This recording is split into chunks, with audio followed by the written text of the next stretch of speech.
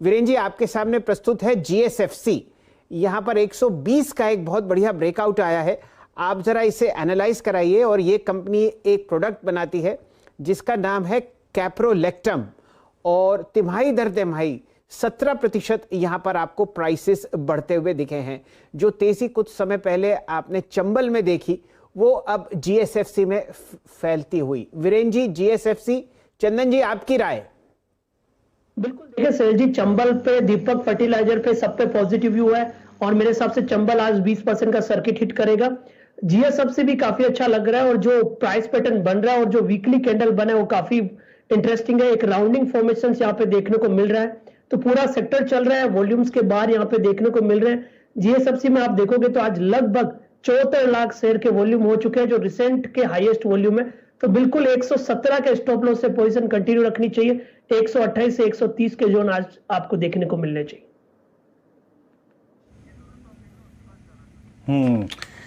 याद रखिए, पहली बात तो यह है कि चंबल अपने पिवट पॉइंट 348 को स्ट्राइक कर चुका है। यानी आपने ट्रेड अगर वो लिया तो वो क्रॉस हो चुका है, और अगर ये क्रॉस होता है तो ये ऑल टाइम हाई ट्रेजेक्ट्री में होगा। तो अपने इंट्राडे ट्रेड्स को, डे ट्रेडर्स, आप ट्रेलिंग स्टॉप लॉस के साथ चला सकते हैं। और अब वो डिसाइसिवली क्रॉस हो गया। जीएसएफसी की जरा कुछ खूबियों को देखते हैं एक बार जरा। प्लीज़ जीएसएफसी लेके आइएगा। और जीएसएफसी, सुनील जी, बस 2 मिनट हम आपके पास आए, इस डिस्कशन को आगे कंटिन्यू करेंगे। जीएसएफसी का आज का वॉल्यूम आप समझ लीजिए कि मेरे ख्याल से शैल जी ये आज जाते जाते रिकॉर्ड वॉल्यूम करके जाएगा। और आप समझ लीजिए कि मानस इस पे टेक दीजिएगा जीएसएफसी पे आप भी। ये 20 मई से लेकर अब तक की स्लोपिंग डाउनवर्ड चैनल कटेगी करीब करीब आप समझ लीजिए कि 122 रुपए के ऊपर।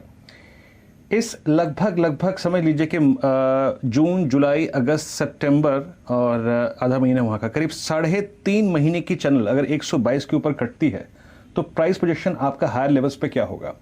पॉसिबली 136, 138, 140 का जोन खुलता है उसके लिए। सबसे पहले तो 126 का जो पिछला हाई था, 127, 126 का, वो टेस्ट होगा।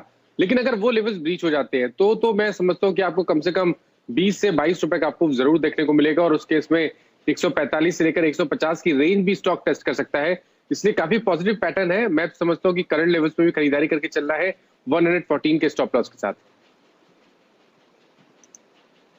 जी, अगस्त के उच्चतम लेवल पर चलता हुआ, और आपने वॉल्यूम पर खासी टिप्पणी करी। समझिए कि 90 लाख शेयर, जी हाँ, 90 लाख शेयर जीएसएफसी के ट्रेड हो चुके हैं, और ये हाईएस्ट वैल्यू आपको दिखेगी अब तक समझिए कि मध्य जून की।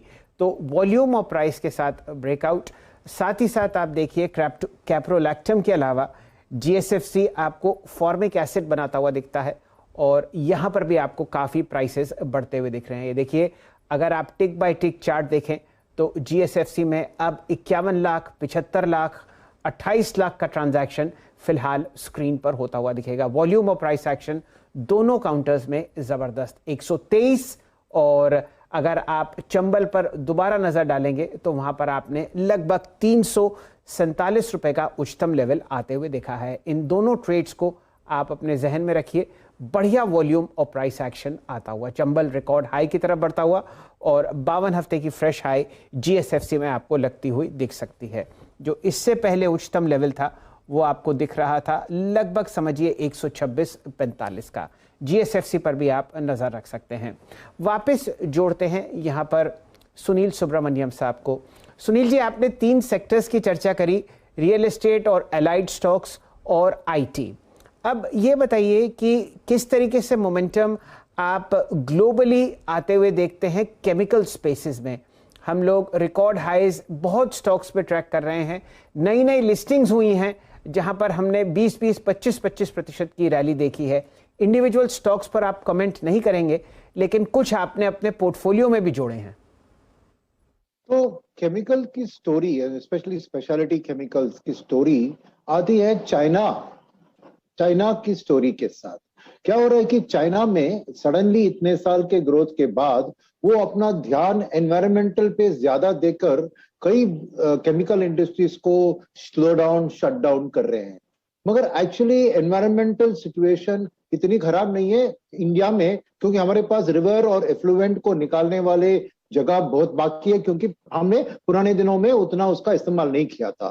तो ऐसी कंपनियों के लिए इंडिया में शिफ्टिंग, तो पीएलआई स्कीम के अंदर एक चाइना प्लस वन, कोई भी ग्लोबल एमएनसी मैन्युफैक्चरर अभी तक तो चाइना का इस्तेमाल कर रहा था, उनकी लेबर कॉस्ट, उनकी लैंड और गवर्नमेंट की प्रो पॉलिसीज की जो इस्तेमाल कर रहे थे, वो अभी चाइना प्लस वन स्ट्रैटेजी में दूसरा जगह ढूंढ रहे हैं। और यहीं पे गवर्नमेंट ने जो पीएलआई स्कीम लॉन्च किया कि 5 से 6% में वैल्यू एडिशन पे आपको 5 साल के लिए इंसेंटिव दूंगा, तो वो एक बहुत बड़ी बूस्ट आ रही है केमिकल इंडस्ट्री के लिए इंडिया में। वो एक पहली चीज। सेकेंड चीज मैं कहूंगा कि इसमें कि लेबर कॉस्ट चाइना और इंडिया में जमीन आसमान का फर्क है। पर कैपिटा इनकम चाइना का $10,000 है, इंडिया का $2,000।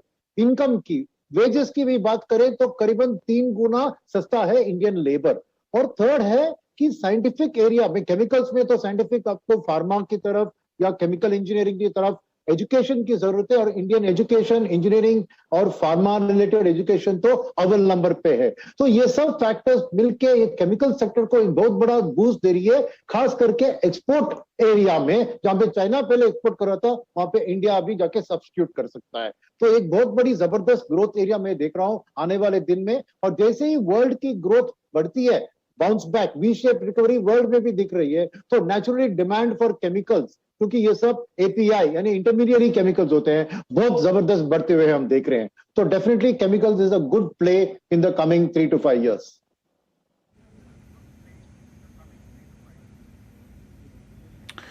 Okay, chemicals a good play in I think last अगले 2 से 3 सालों में। सुब्रमण्यम जी के अगर आप देखें क्लोजिंग कमेंट